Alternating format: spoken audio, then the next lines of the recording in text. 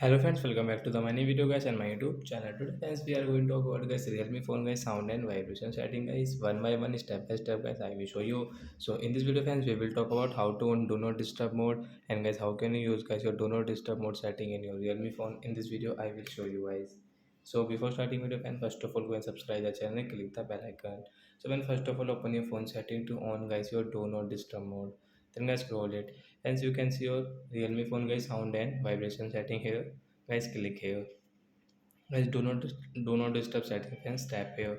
So once you want to on do not disturb mode, so you can on from here.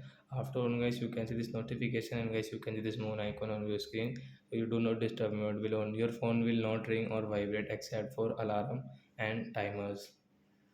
So like that guys you can on guys your do not disturb mode and guys you can use it and guys your phone will not ring and vibrate after on do not disturb mode. So that's it guys, thanks for watching the video. We will meet on next video. Bye friends.